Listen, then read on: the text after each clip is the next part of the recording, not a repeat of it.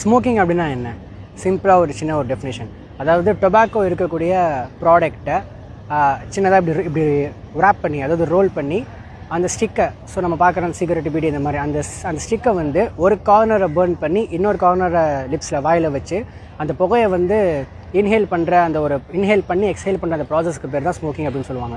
So smoking அப்படின்றது cigarette மட்டும் தானே கேட்டிங்கன்னா கண்டிப்பாக கிடையாது. பீடி, அப்புறம் இந்த ஹூக்கா, சீஷா, அப்புறம் இப்போ அந்த மாடர்னாக சொல்கிறாங்கல்ல அந்த வேப்புன்னு சொல்லக்கூடிய அந்த எலக்ட்ரிக் சிகரெட், சிகரெட், இது எல்லாமே தான் ஸ்மோக்கிங்கில் வந்து இருக்குது. ஸ்மோக்கிங்கோடைய டைப்ஸ். இப்போ வந்து இது பார்த்திங்கன்னா இது வெறும் புகை மட்டும் கிடையாது, இதில் நிக்கோட்டின் இருக்குது.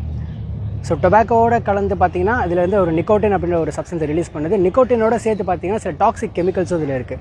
அதே அந்த டாக்ஸிக் கெமிக்கல்ஸை விட ரொம்ப முக்கியமான ஒன்று என்ன அப்படின்னு பார்த்தீங்கன்னா கேன்சரை வர வைக்கக்கூடிய இம்பார்ட்டண்ட்டான சப்ஸ்டன்ஸ் எல்லாம் இந்த ஸ்மோக்கில் வந்து கண்டிப்பாக இருக்குது.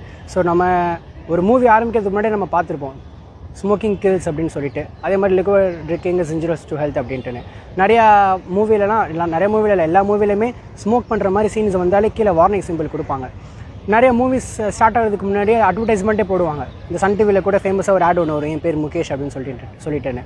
ஸோ இது எல்லாமே பார்த்தீங்கன்னா ஸ்மோக்கிங்கால் இது ஒரு மிகப்பெரிய ஒரு காசஸ் வரும்.